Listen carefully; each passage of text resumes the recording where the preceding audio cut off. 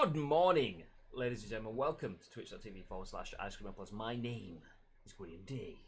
And this man is me. This man's Bibby. Hey! That's me. I'll read. Do you need Hello. do you need a chatbot reminder? No. It's fine. Absolutely not. It's completely working. Anyway, good morning. Good morning. Good morning, Jordan. Bib, whilst you furiously type away at something completely unrelated to chatbot, what does Jordan's emote say? I'm guessing, as I'm definitely not bringing up chatbot there, it says hello. Yeah, it does. Yeah. But anyway, welcome in, everyone. What did you all get up to yesterday? Obviously, it was Twitch blackout, so we decided to stand with everyone that's trying to make a stance against Twitch. For those of you who don't know what Twitch blackout was, let's quickly go over it now so we can get that out of the way and move ahead. Twitch blackout is essentially making a stance to make sure Twitch is a bit more transparent and deals with issues in a speedier and more consistent manner. So be that issues of race, be that issues of gender, be that issues of sexuality, whatever. So yeah, we decided to not stream yesterday because there was a movement to try and enact change there. So yeah, if you're wondering where yesterday's episode of The Scoop was, that's where it was, as well as Masters of the League. We know a lot of people were looking forward to The Scoop, and we know a lot of people in particular were looking forward to Masters of the League after the transfer activity that we had on Monday, but you know, sometimes you got to stand up for stuff, so that's where we were. But anyway, we are back today, and for those of you who don't know, as mentioned, my name is Graham, this is Bibby, and we together are Ice Cream, and in true Ice Creamy fashion, this is The Scoop, the UK's #1 video games podcast, even if we do say so ourselves. Anyway, we bring you the biggest and the best and the breaking news from the world of video games, and background noise from my fan. I'm sorry, but you're going to have that today. It's hot as balls in this room, so you're just going to have to deal with the background. Yeah. I mean, that's just the way it is. I apologise. So, you know, you have to blame the nice weather. Give and take. You get some nice weather, but you get shit audio. So that's just the way it is. But anyway, we bring you the biggest, the best, the breaking news from the world of video games, and we give you our thoughts and impressions on those stories, and want your thoughts and impressions on our thoughts and impressions to create a little bit of backwards and forwards, a discussion. And it's important that we start that discussion right here live on twitch.tv/Ice Cream Uploads, because we turn this live stream into a video that goes to youtube.com/Ice Cream Uploads, and then a little bit later on the day it goes on to 4 different podcast services, which are iTunes, Spotify, SoundCloud, and Google Play. So if you are live on Twitch, please do use the opportunity to use your voice right here, right now in the chat and get involved with the conversations. But Bib, before we jump into the news, Yes. what did you do yesterday with your day away from the Twitch spotlight? Well, I pretty much just moped around the house saying how hot it was. Because those of you that may only listen to this on audio podcasts, I'm fat and I'm ginger. So that is not a great combination when you're in the sun, because you're just a bigger target, and with the pale skin, you just burn a lot easier. So I was just moping around the house saying how hot it was. I don't think I actually played any games yesterday. I might have played a couple of games of Master League last night. While I was adding some more stuff to our Masters of the League stuff. So trying to give it that nice Premier League feel, but I don't actually think I played anything yesterday. It was just too fucking hot. I was like a fried egg on the sofa or on the carpet because it was a little bit cooler in the front room. I've got a fan behind me going. That's not making a blind bit of difference. It is just red hot. It's not an actual like wind fan. It's just got like There's just someone behind me. going, yeah, fucking it. But yeah, didn't really do much yesterday. I watched the United match. That was okay. Good guy. Yeah. Good guy. What about you? I sat and played PUBG while I had some guy modding Master League in my ears. It was good. It was good. Yeah, I obviously wanted to do my PUBG dailies despite not being on stream. So it was hot as balls, so I didn't go out in the sun yesterday. So stayed in, did my PUBG daily missions, whilst Bibby continued to add some sexual stuff to the Masters of the League stream. So for those of you who don't know, the Masters of the League stream that we do, it's not just your standard career mode either in a football game. We add a little bit of a narrative to the story, and as well as the narrative, Bib has modded the tits off of the PC Master League. So we have Sky Sports graphics, we have like all of the screen wipes and stuff like that, tattoos, kits, stadiums, even more little bits. I mean, I don't know whether you want me to name any of it, so I won't do right now. I don't know whether you're saving it for the stream or not. But anyway, long story short, he added a shitload of stuff yesterday. So he did that whilst I was playing Vez. playing PUBG, and then afterwards decided to do a workout, and that absolutely Ooh. annihilated. I had sweat dripping off my face. I'm like this kind of two types of sweaty people. You've got, well, it's probably more, but I'll break it down to just two. So you've got people that just have like sweat mist on them. You're just moist all over. That's what she said.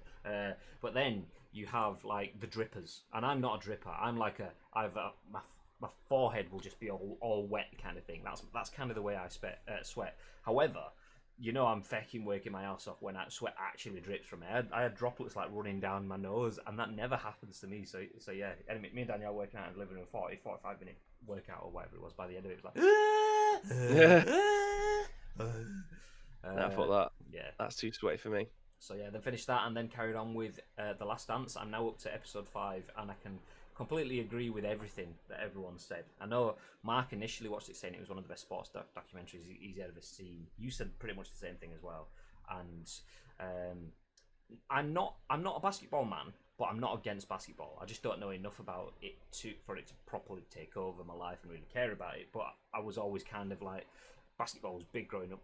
Michael Jordan's Chicago Bulls was you knew about it in the UK, but you didn't quite really follow it, or at least I didn't anyway. But you knew about it; it was big enough to get fucking Space Jam, so you knew it was big shit. So I was always kind of pro basketball, but not really interested at the same time. If that kind of makes sense. Anyway, so going into this without that over the top interest, I was thinking it might be kind of lost on me. But it's such a good documentary that you don't need that knowledge to go into it. So we're like 5 episodes into the 10 episode run through, and it's class. It's the best sports documentary. I'm not even a basketball fan. Exactly. That's kind of what I'm getting at. Good morning, Mr. Tassim Anvia, noted industry leaker, by the way. Good day. So yeah, if you haven't, check out The Last Dance on Netflix. It's ridiculously good. You don't need to be a sports or a basketball fan. If you just like a good documentary and you want to learn some shit that's just happens to be some of the most influential people in the world, then check it out. Plus that moment yesterday where we're watching it and you first see Kobe Bryant kind of come to the stage and you're like, oh. Yeah. Oh. But anyway, let's leave that there. Let's put a pin in all of that stuff and let's jump into some news, because that's what you guys are all here for, right? That's right. Okay, you've probably seen this news on Twitter, !socials, in the chat bot that's been awake for days, not even like it's just started. Never turned it. Was it? Space Jam is a documentary. Gatekeeper TV says a quote that I only ever attribute that quote to WWF the arcade game, or WWF in your house on PS1 kind of thing. That's a Vince McMahon quote. Boom shakalaka. If you hit someone with like a high risk maneuver, he'd either say "It's a high risk maneuver," or he'd be like "Boom shakalaka." So yeah, that's a WWF quote / WWE now, not a basketball quote. But I'll let you have that one. Anyway, good morning, ads plays. NBA Jam for me. Okay. I'll let you. Yeah, that's what I was gonna say. Yeah, and you got From Downtown as well. That was another iconic one. Going downtown. Anyway, first bit of news. There we go. I thought I was just about to go, where are you? Because I pressed the button and my PC was like, oh shit, yeah, I'll load it up, shall I? But former PlayStation exec says AAA next-gen games may have to be shorter or cost more. So Sean Layden calls current AAA development just not sustainable. Written by Andy Robinson for VGC. This actually came out yesterday. Probably a bit late for us to have had in yesterday's show, but I mean, obviously we were off with the Twitch blackout yesterday, so we get to cover it all today, as PlayStation's former America boss has called out current AAA development just not sustainable and suggested that game length and pricing may have to be adjusted in the next console generation. Speaking during a wide-ranging panel at Game Lab Live on Tuesday, transcribed by GamesIndustry.biz, Sean Layden referenced PlayStation's The Last of Us 2, a game he oversaw, which is roughly double the length and took double the development time of its predecessor. While the former PlayStation exec did not comment on the Naughty Dog game's budget, he referred to a common theory that development costs had doubled with every new console generation, and claimed that current-gen games had reached between $80 million to $150 million for most AAA games. The problem with that model is that it's just not sustainable, he said. I don't think that in the next generation you can take those numbers and multiply them by 2 and think that you can grow. He added, I think the industry as a whole needs to sit back and go, all right, what are we building? What's the audience expectation? What is the best way to get our story across and say what we need to say?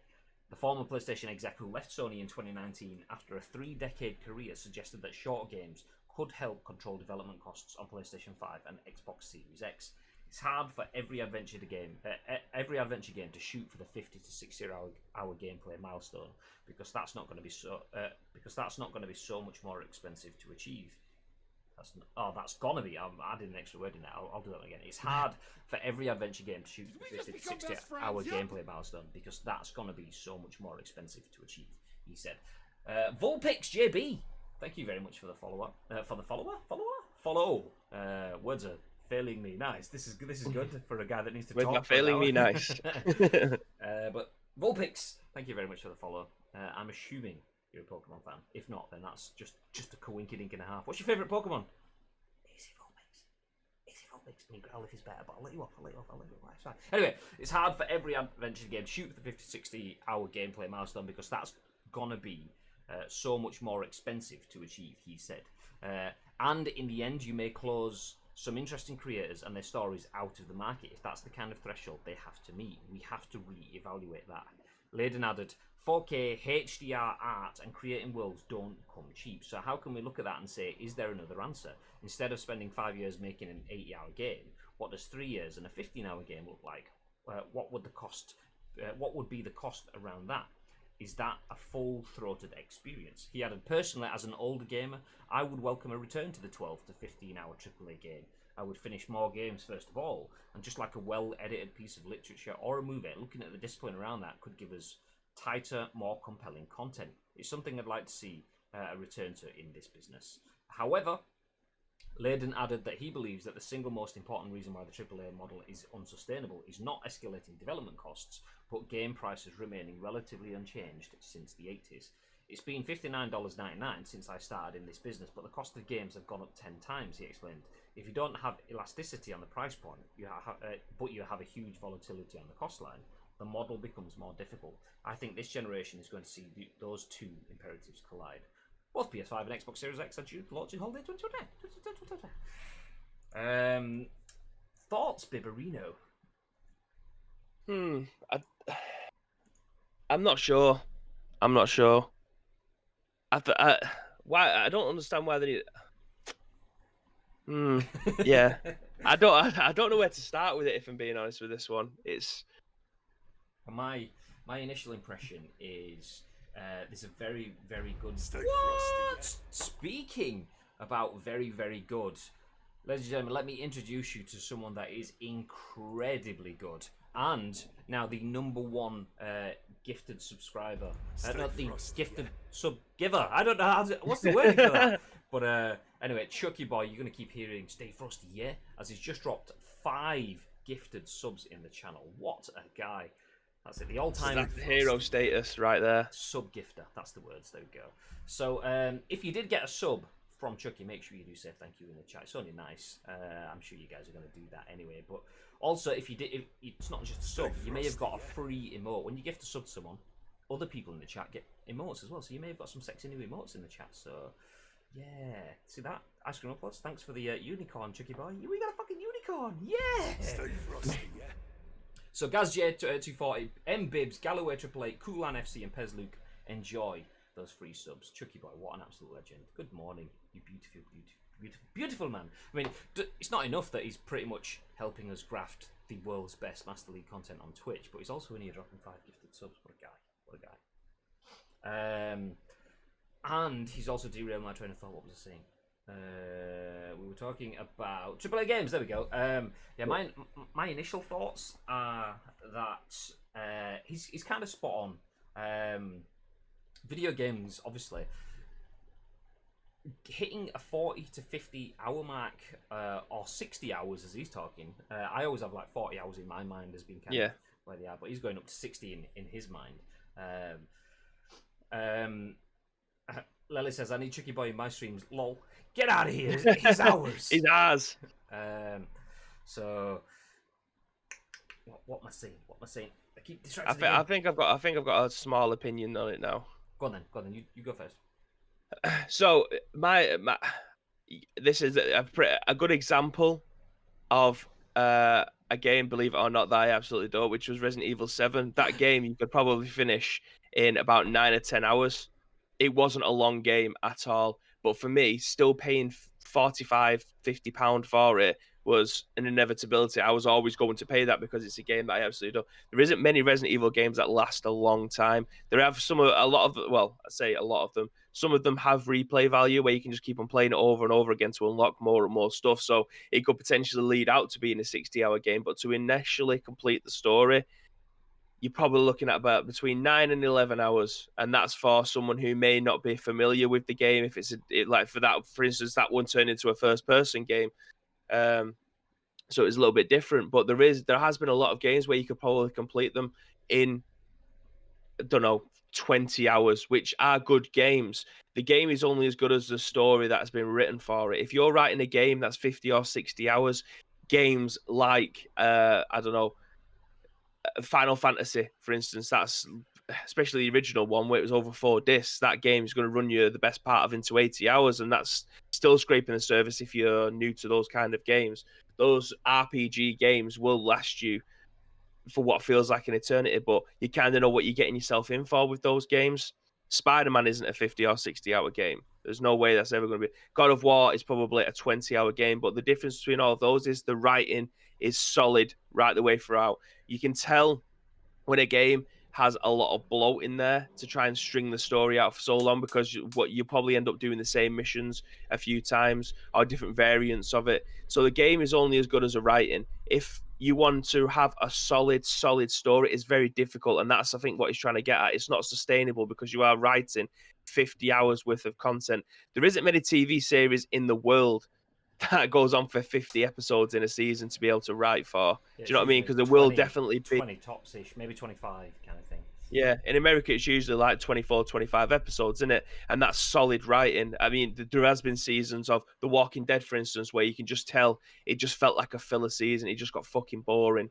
Um, but yeah, if to write a story for 60 hours and have your attention the entire time is extremely difficult. And I think that's what he's trying to say when he said it's not sustainable. It's it's difficult. Even having a team of writers to try and have from point A to point Z and filling out the letters in between, I still think that's quite difficult, especially for that amount of time. Having a solid story, just write the story out, and if you think it's got a 30-hour game, perfect. If it ends up being a 10-hour game, perfect. It just because a game is priced at £50 doesn't necessarily mean that you have to have a 10-hour story or a 50-hour story.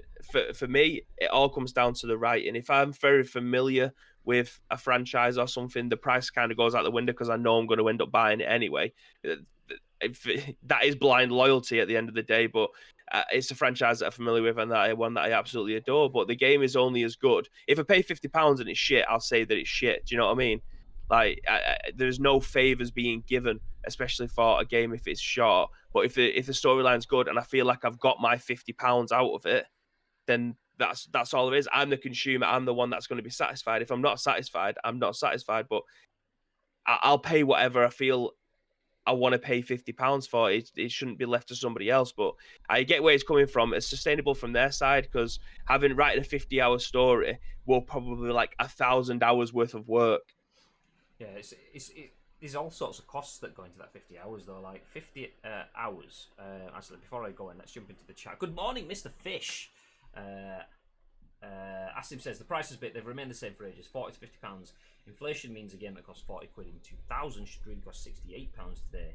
What the average consumer doesn't understand is these 50+ hour epic games cost hundreds of millions to make and need to sell millions just to break even. It's not sustainable long term. Fish says I'd much rather spend money on a game that has a solid, engaging story that lasts 10 hours than a 30-hour game that's gets repetitive and boring. And then back to Asim says I tweeted about it yesterday.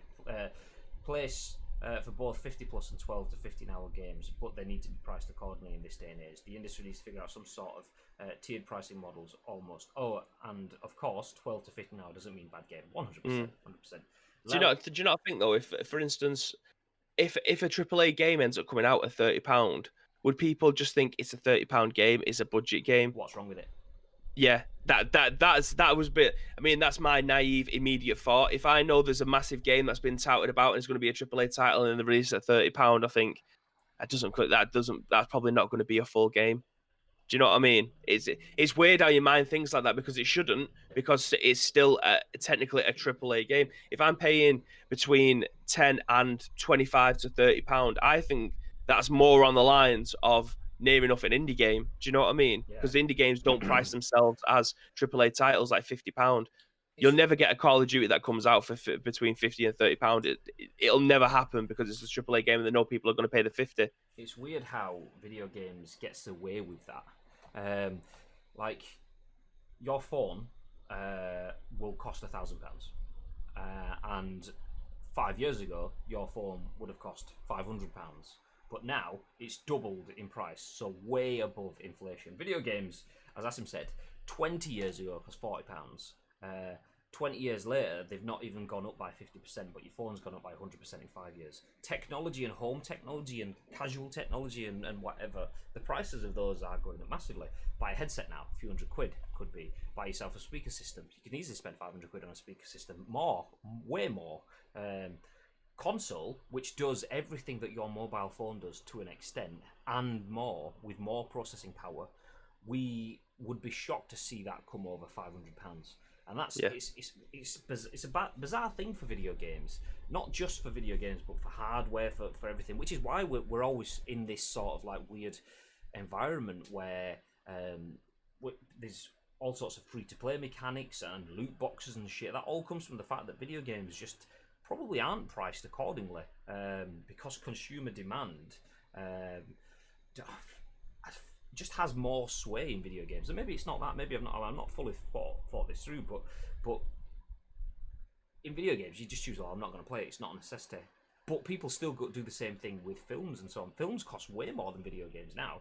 For two people to go watch a film at a cinema in a good seat, £50. That's the cost of the game, and you've got yourself 2 hours of enjoyment for two people, so 4 hours of enjoyment. One person to play a video game for £50, you get 50, 60 hours of enjoyment. That doesn't compute in that sort of sense.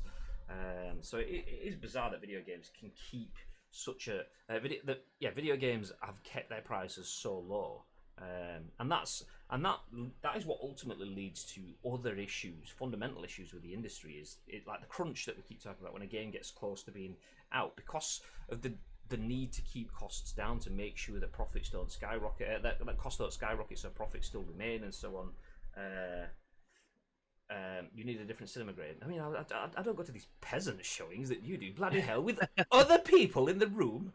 No, I'm talking about top end. So, like, if you go to a cinema that has like the electric reclining seats and you're sat in gold class on something, you can spend £50 on one film easy. I mean, you can still spend I think it's £7.99 or whatever it is for a ticket to go to standard view, in my view, which is reclining seats and stuff like that. But that's going to the showcasing Gart and that.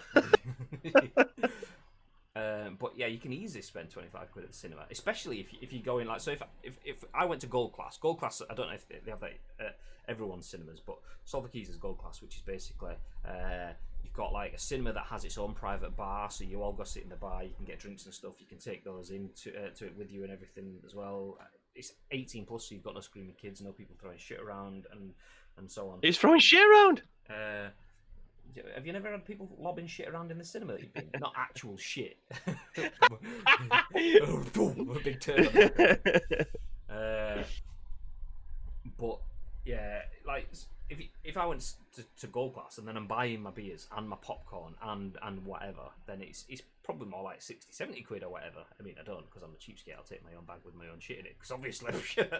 But still, yeah, films. The prices have gone up, and everything around it, and then there's the extra monetization options with the add-on sales through the popcorn, through the hot dogs, through the nachos, through the fucking slushy slurpy drinks and whatever. Video games doesn't have that, but still doesn't put the cost of the video games up in relation. So you've got people like Sean Layden coming out saying 50 to 60 hour games. If people are expecting the jump to go up, so now we have faster loading times, more stuff can be loaded, so that's probably more stuff needs to be rendered at higher 4K texture level, and just designing from 1080 to 4K, that is 4 times the size. That's where 4K comes from, obviously. So that is 4 times the size. So textures need to be 4 times as bigger. So I mean, it probably doesn't directly equate to 4 times more design time or development time, but let's just say it does for number's sake. So that's gone up by 4 times, but the price is remaining the same. You need more people, you need more hours to do it. So your game production, your development timelines take longer. There's more testing that needs to be done. Let alone the stories and script writing to make sure that there's that much content within it as well. And the fact that we then kind of have 2 levels. You almost have what used to be the PlayStation Platinum £20 price point, and then you've got the full retail. It's kind of like £30-ish and £60-ish or whatever it is now for like not a full game and a full game. It just doesn't give there's not enough variation in there. So I can understand where he's coming from in saying that video games either need to be short. It can't be sustainable to do a 50 to 60 hour game with ray tracing, with 4K textures, with no loading screen times, and all of it fully developed and planned and storied out at the level it is. It does make sense. Let me just jump back up. The reason prices have stayed low, says Lely, is because chat's gone again. There we go. The reason prices are low is because games are undercutting each other, and all these festive sales, people will wait to save money. And I think it's kind of maybe a double-edged sword. The reason prices are staying low is because the people are undercutting each other, but the reason people are undercutting each other is because they need to maximize profit because the prices are low. It's kind of like a vicious circle because they need to maximize sales to make sure they get enough money back. Games are throwing sales, like discount sales and festive sales and summer sales and the Steam Hunt sales and Humble Bundles and whatever. Games are including those to recoup as much money as possible, which then just adds to the low-end cost cycle as well. Enix says, good example is Assassin's Creed Odyssey and Origins. Games are just too big. Unity was perfect, great dense environment that was filled with interesting stuff. Spent ages on building some massive map that when you look at it, get exhausted. So there is that. If PES or FIFA came out at £80, I'd buy only one of them rather than both like I usually do. Which sports games are an interesting beast because sports games you arguably would get more than your 50 to 60 hours for a storyline playthrough. I mean, I've put more than 50 to 60 hours in PES this year than I've probably put, other than PUBG, I've probably put more hours into PES than any other game.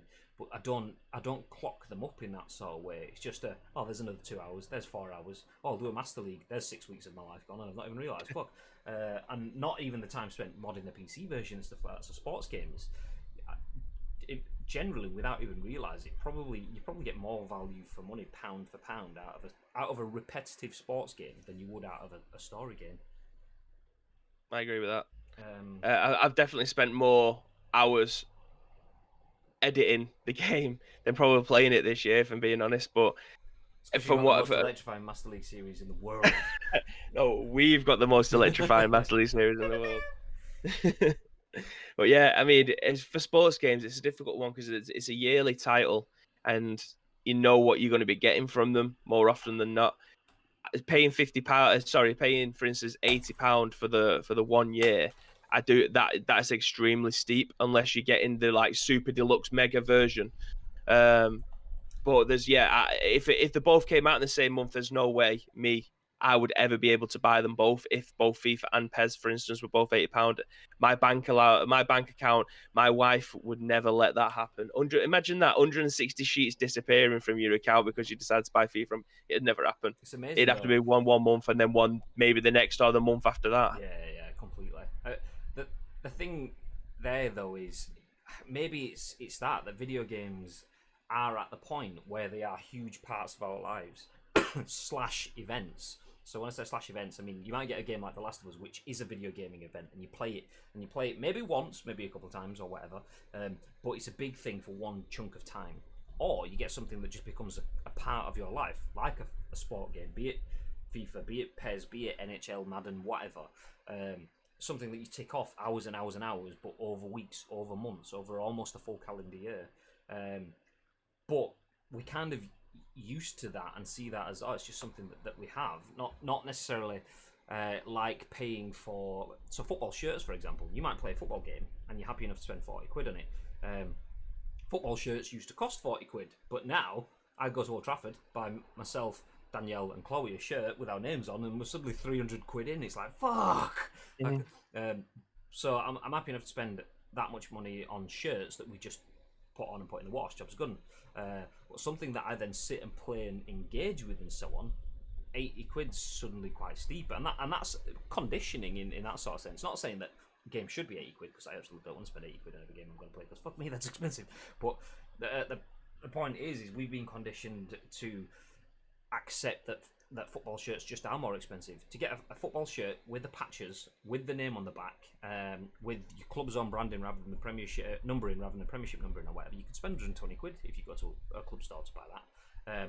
That's 3 times the amount it would cost for a football game that allows you to put your own name on it digitally and spend more hours kind of doing it, and I've given more options for it. But we've been conditioned to accept that, well, I'm buying it from the club, it's an official product, and but the video game is just a video game. So it's interesting to see. I mean, like I say, I don't want my video games to cost 80 quid, but because I've been conditioned into that's an expensive, that's too expensive. But the only thing that makes it too expensive is value perception.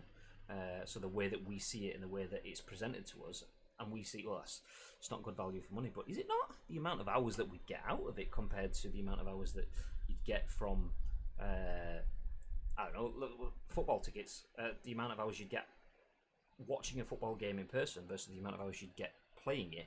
Which one's the value perception? And that's it. All comes down to perception and what has been normalised for us. So we're getting full on psychology here, like retail psychology. Damn.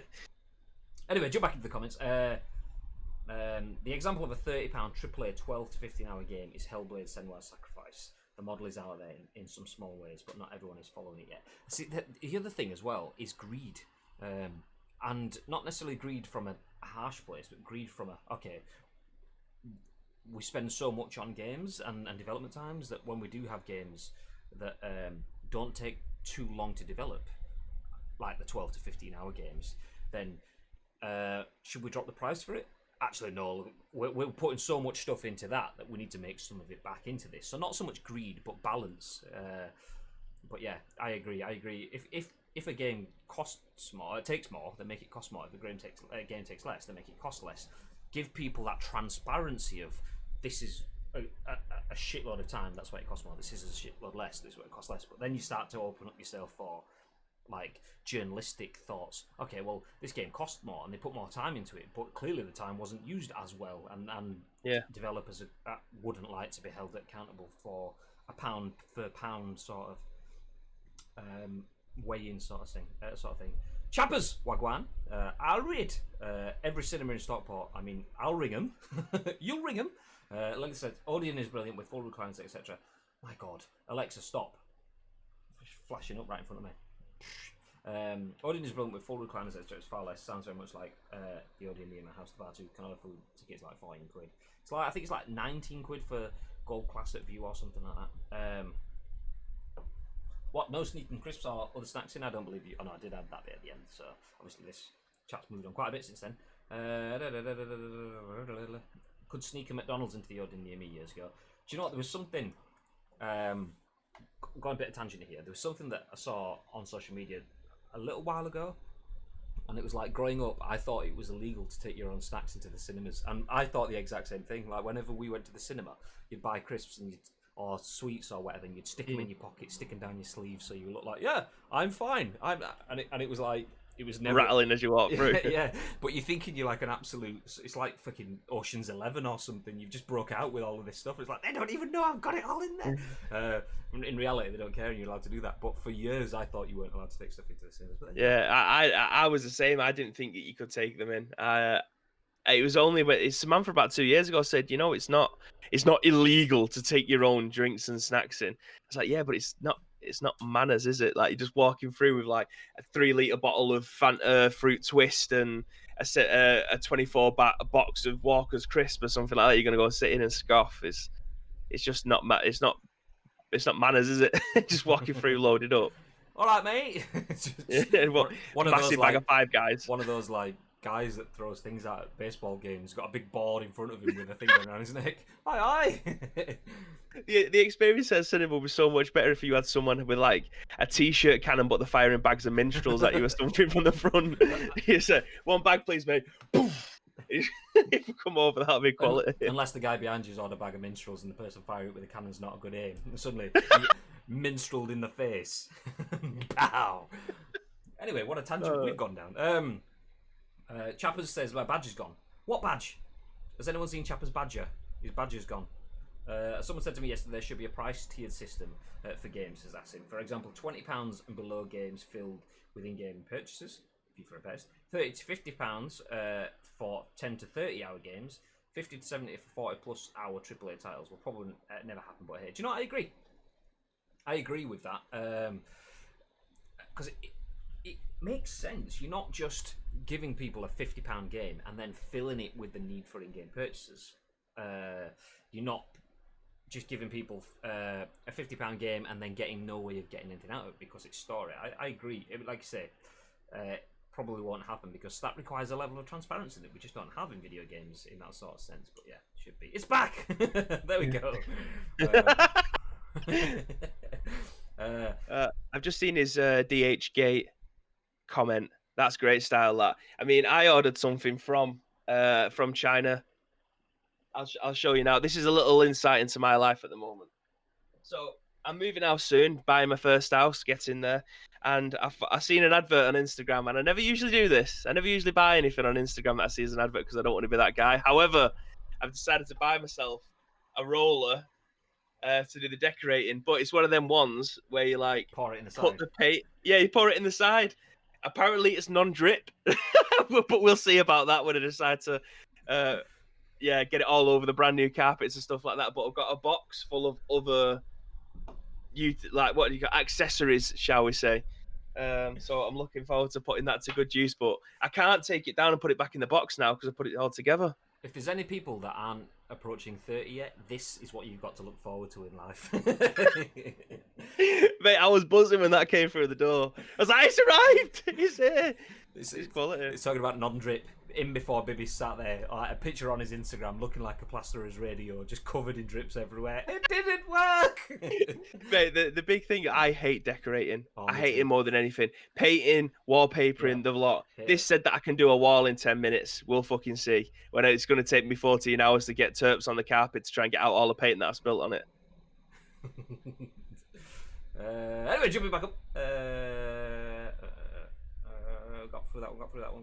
It's like The Last of Us Part 2. If that was priced at like $69.99, I'd likely pay that as you know, getting bang for your buck.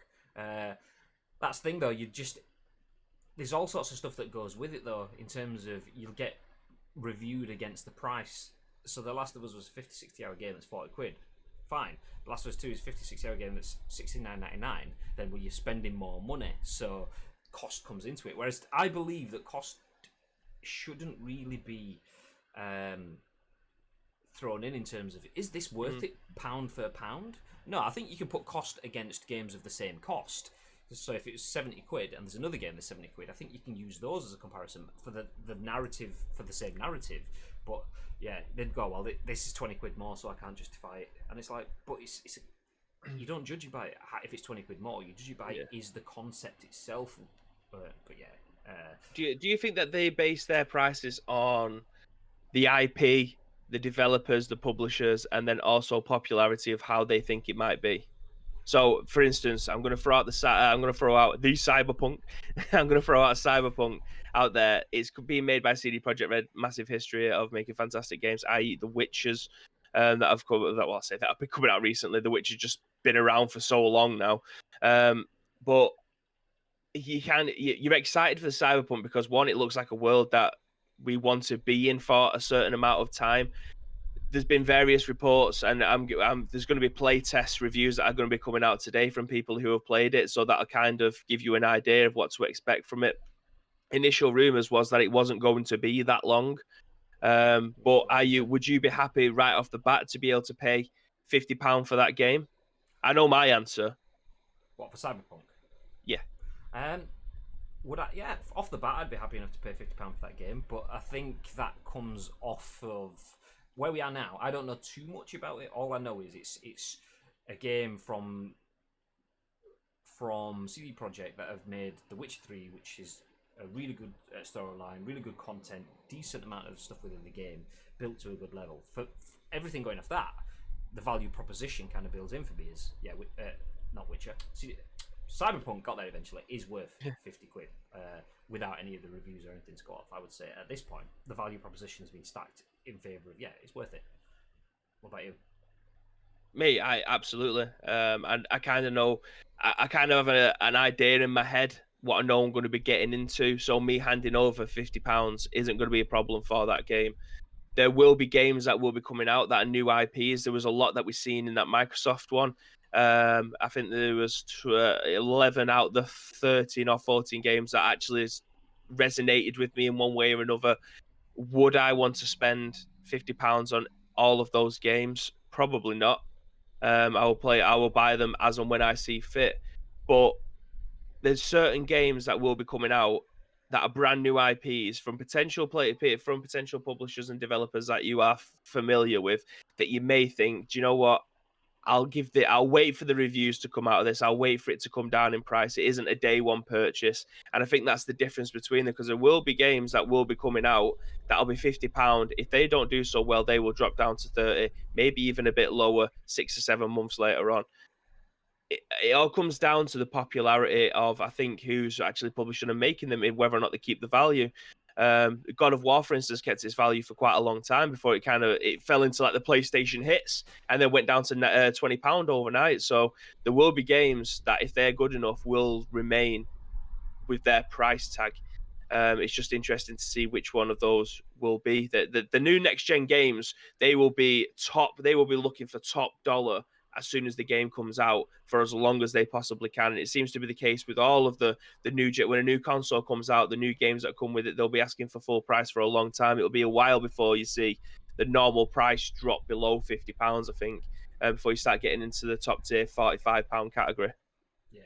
See, I genuinely thought we were going to get to the point where prices did push up a few years back. Maybe it was the start of this gen, or was it the start of last gen? I can't quite remember. And it was looking like games would be about 70 quid. And I was thinking, do you know, it's kind of been inevitable. It's kind of overdue in terms of inflation. But it just kind of normalised again quite quickly. Maybe it was the start of the PS4 gen. Maybe, I'm not 100%, I can't quite remember. But there was a point where it seemed like it was going to hit higher than $59.99 being the RRP for a standard game. It didn't happen. So if it does happen, we're probably overdue. Not that we want to spend more, nobody does, but we're still probably overdue. We've probably been getting away with it for a bit longer than we have, unless you're Jordan, who spends £4 on his football shirt. Someone just getting up to the DHgate comments on my side. Get yourself a DHgate special, says David Fish. Yeah. Juventus home shirt, all United shirts for £12. Cha-ching! And NX hasn't been going to Jordan. Has not been going to DHgate to get a shirt, mate. He lives down the road from Cheetah Mill. That guy is going there to get his fake TNs and his United shirts. Yeah, I saw him the other day in his Juventus shirt. He looked really good. And his Manchester United. It was an L rather than a T. Juventus and United. This is a bit. I'm having trouble with the DHgate. With DHgate being out of order, the Bulls jersey from a supposedly reliable supplier, which hasn't arrived in 7 weeks now. See, I have some DHgate stuff.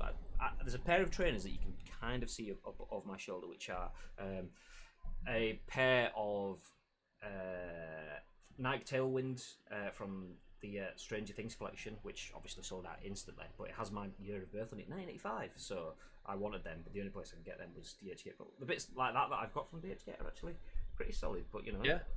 So. All the football shirts that I've ever got off there are all tip top. Some of the sizes are a bit suspect, but when you're a man of my size, everything makes you look like you've got tits anyway, so it's not really that much of a problem. Conversation moved on to making PES and FIFA £30 max because of in-game purchases would make the companies more focused on spending in-game rather than releasing a good game, which they kind of do already. Yeah, I mean, there is that sort of issue. I mean, how much does a company make from in-game purchases versus retail purchases? But if you drop the retail pricing, there's a need to satisfy shareholders, and shareholders aren't going to go, yeah, well, we'll just give 30 quid per person for free without wanting to recoup it, because, you know, it's shareholders. There's marketing. There's markets behind it. So yeah, the money will have to be recouped elsewhere. Not that that's impossible to do without a value proposition. I mean, we keep coming back to Fortnite and the Battle Pass stuff whenever we talk about in-game so on, and that's not necessarily the be-all and end-all of in-game purchasing, but it's a more mature. What were you chuckling at then? They're screaming outside. Yeah, I thought it was Chloe on Fortnite again. Oh no, she's in school today. I was playing PUBG with Bibby yesterday, and Chloe was in her room, and he could hear her going, "Revive me!" and stuff like that. But that was a kid outside next door or something. Pulling shards of minstrels out of your eyes.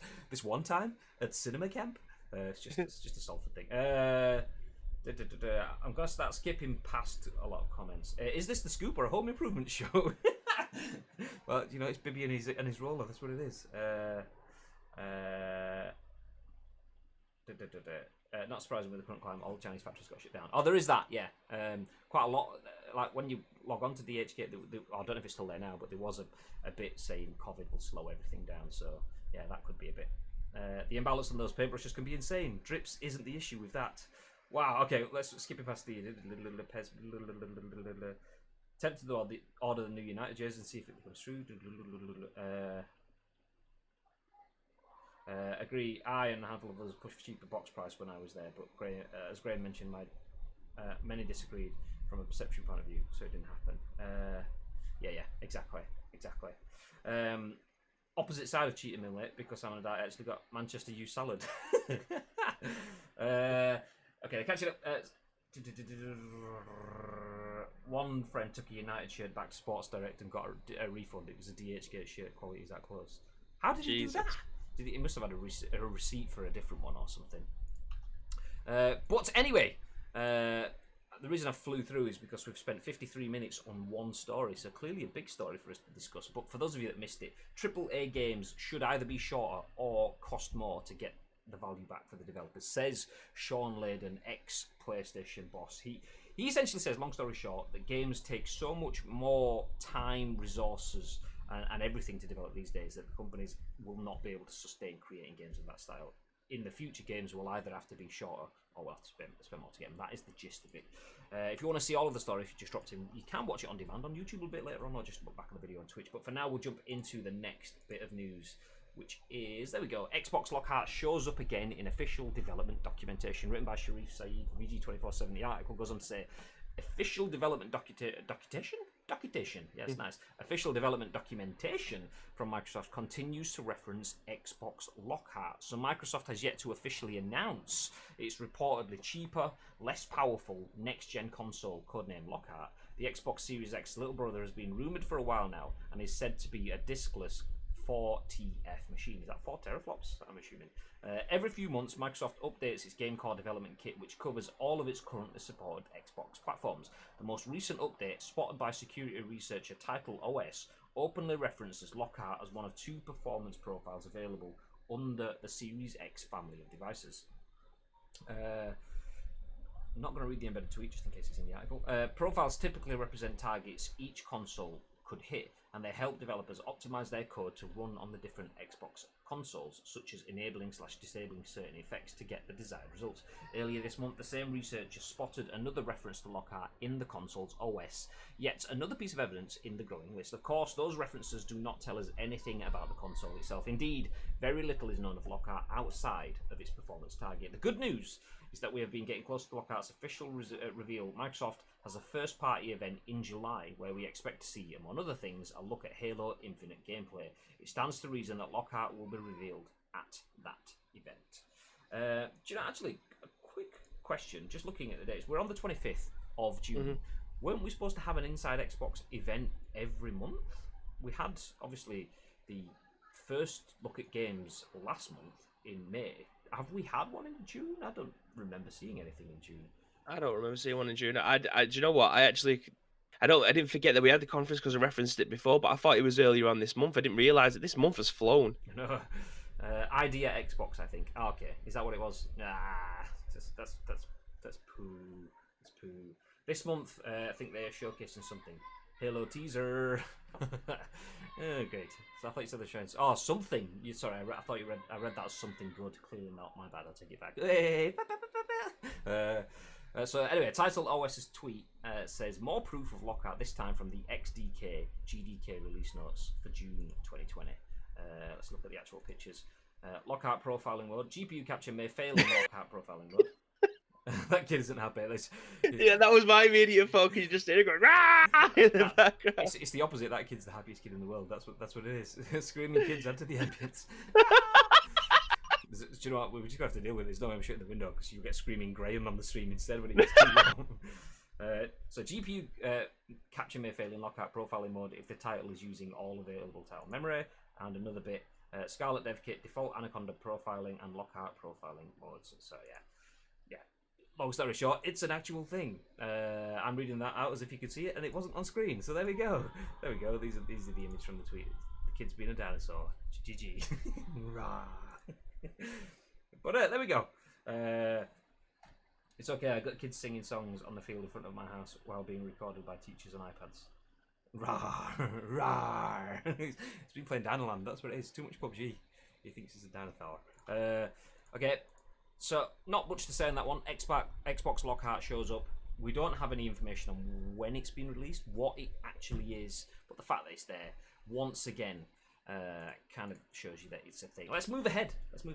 As Pokemon Unite is a real-time, team-based battle game coming to Switch, mobile with crossplay. During today's Pokemon Presents, Nintendo announced Pokemon Unite. This is written by Stephany for VG247. The article says Pokemon Unite is a real-time, team-based battle game published by Tencent. The goal was to create a cooperative game with plenty of depth to be played over and over again. There are 2 teams of 5 Pokemon each, and players will team up to defeat the opposing team. One team's side is on the left, while the other is on the right, and there are 5 goals or scoring areas on each side. You will score points by capturing wild Pokemon on the field. The goal is to score more points than the other during the time period. Defeating wild Pokemon will allow you to level, evolve, and learn new moves that you can choose for your Pokemon. Pokemon will increase in level and evolve when you are a high enough a level. You will unlock a Unite move. Each Pokemon will have its own Unite move with effects. The game will be free to start for Switch and mobile and support cross-platform play. Release date was not provided, and more information will come at a later date, but we have some screenies which I'll just cycle through because I haven't seen any of these.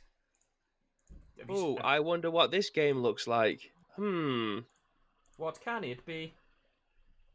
So for those of you that are listening on audio podcast, it pretty much looks like League of Legends, but the emphasis, I don't think, is to take down the other person's base or the other team's base. It's to eliminate them as many times as possible and have the best score at the end. One thing that I do like about this, though, is starting off with starter Pokemon and then they evolve as they get more powerful. That is pretty cool. I do like that a lot. That's a nice little spin. It's not the same then. Jordan had a brief discussion on this when we were streaming the other day. He was saying, like, when it was announced, I think it was announced on Tuesday, but obviously we didn't cover it on Wednesday because we were off with the Twitch blackout, but Jordan did mention this on stream. People underestimate how big this will actually be if they bring it to PC.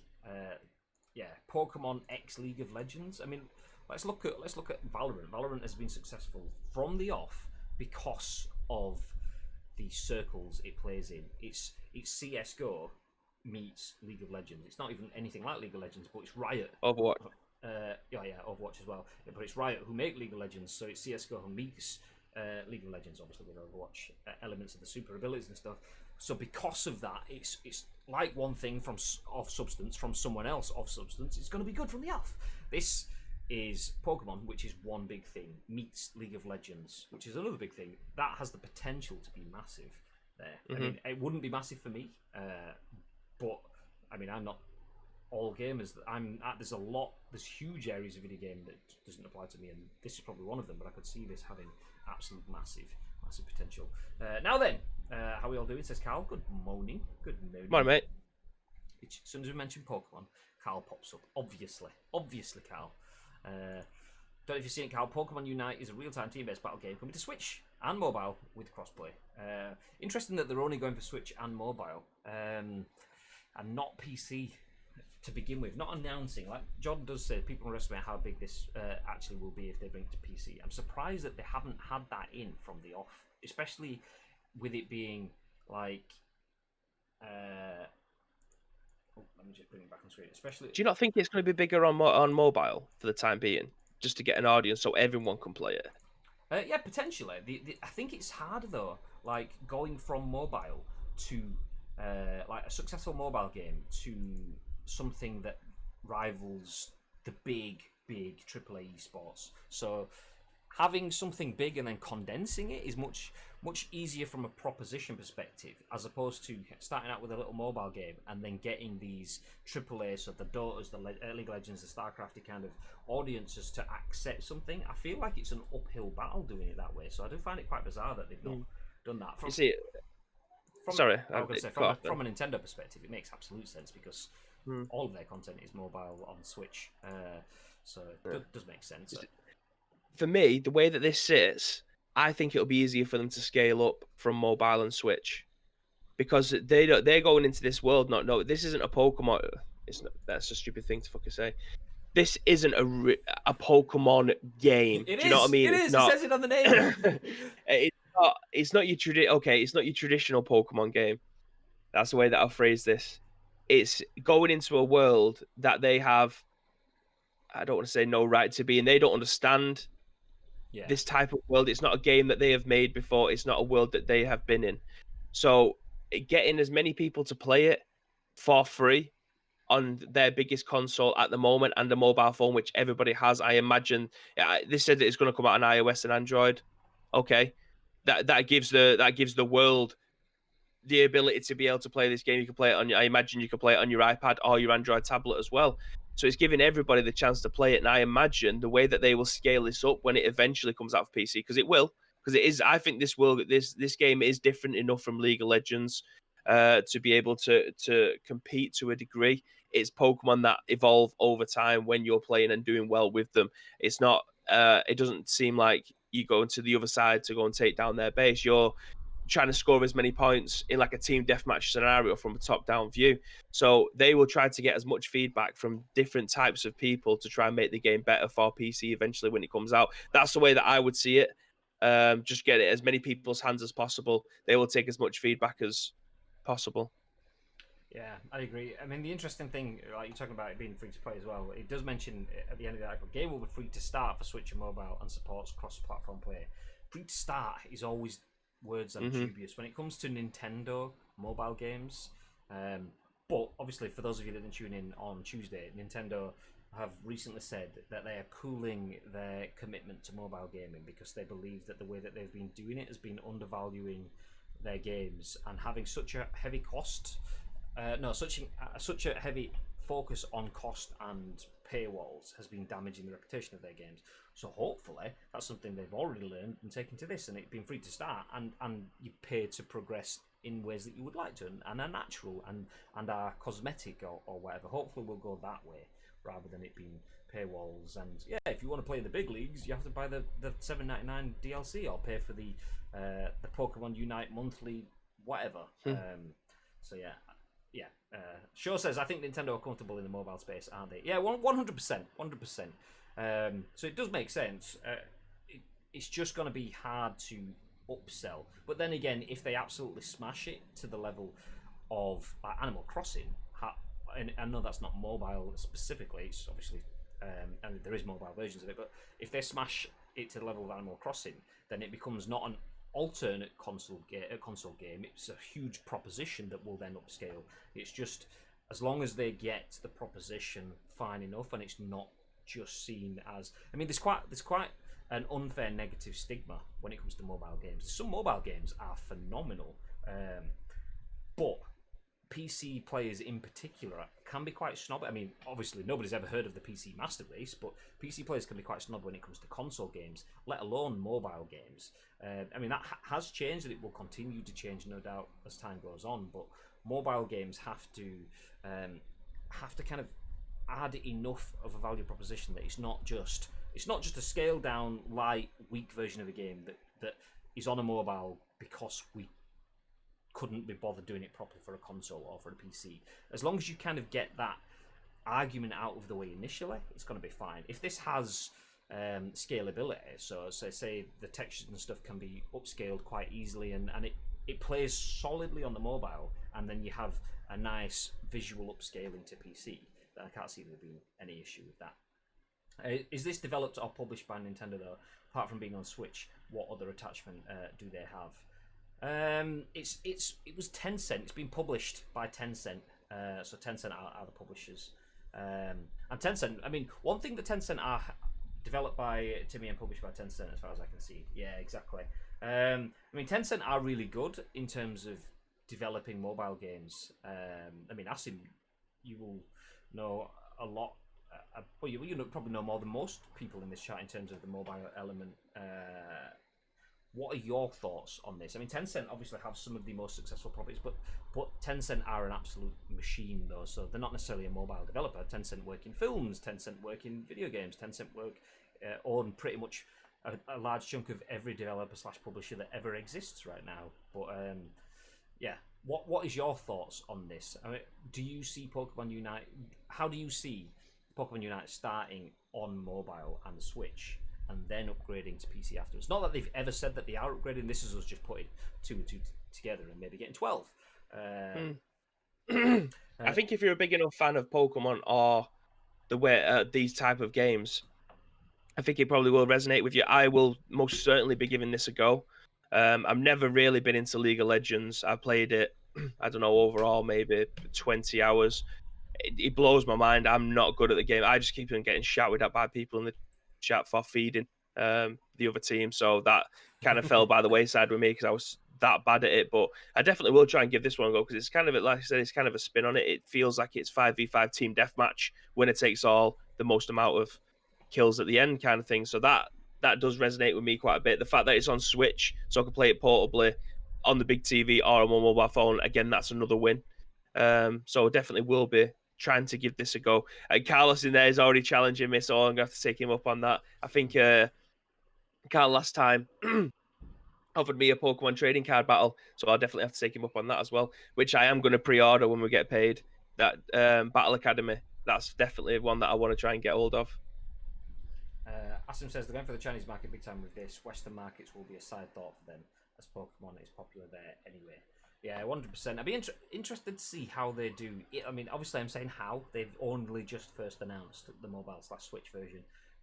We're already thinking about step 2 and 3 when they've not even got to step 1 yet. It'd be interesting to see if they do come to PC, how they go for that. Whether they go all in, and they do make that big push for global markets as opposed to just being that sort of like ethnocentric focus on a proven Chinese market, or whether they try to make the big everywhere sort of push that we saw with Valorant and the like. But yeah, speaking about PC, let's wrap things up with one final PC-focused story. And that is written by Yin-Poole for Eurogamer, and it says, free games help Epic Game Store hit 61 million monthly active users. Big deal. The Epic Game Store has over 61 million monthly active users on PC, Epic has revealed. It hit an average peak concurrent users on PC figure of 13 million. The Epic Game Store's impressive numbers were fueled by the Vault campaign, which ran from the 14th of May to the 18th of June, and this promotion featured a free game each week players could download and keep forever. And the 4 games included were huge: GTA 5, Ark Survival Evolved, Civ 6, and Borderlands The Handsome Collection. So also worth noting, Epic's incredibly popular Battle Royale, Fortnite, is played via the Epic Game Store on PC too. The Epic Game Store launched in December 2018 and quickly hit the headlines for its aggressive, timed exclusivity deals aimed at taking business away from Valve's Steam. Epic has offered developers generous deals for exclusivity and an 88% cut of revenue for titles published through its store. In contrast, Valve offers developers 70%. In July 2019, Rebellion's Jason Kingsley, who had signed an exclusivity deal with Epic for the PC version of Zombie Army Force, said, "Generally, I think I would prefer not to do exclusives, but I understand Epic's position with it, and quite frankly, they are paying through the nose to build their store. All credit to them, it's fantastic, and we'll take some of their money, thank you very much." Clearly, Epic's aggressive strategy is bringing users to its store. How's about that for transparency? But how does it compare to Steam? According to Valve, Steam has 100 million users, 3 months ago, Steam set its all-time user concurrent peak of 24.5 million. So, impressive gains by Epic, but it still has some way to go before it catches up with Steam. Interesting. Thoughts, Bib? Yeah, I mean, you can't really argue with the figures, can you? You can't really argue with it. 61 million active users. Is Fortnite taking a chunk of that? Probably. So it says free games help Epic Games Store to hit 61 million. I don't know if that's taken into account the people who was already playing it, or it's just new people who have potentially jumped on to get. We had some absolute bangers, didn't we? We had Grand Theft Auto 5, and it's showing Ark Survival Evolved and Civ 6. They're 3 massive games, so obviously people will flock over there to be able to go and get a Freemans from it. But if it's working, you know what I mean? You want people to get onto your platform, give away free games like that. The figures will rack themselves up. I mean, I would say Fortnite is a huge chunk of that, because this is, rather than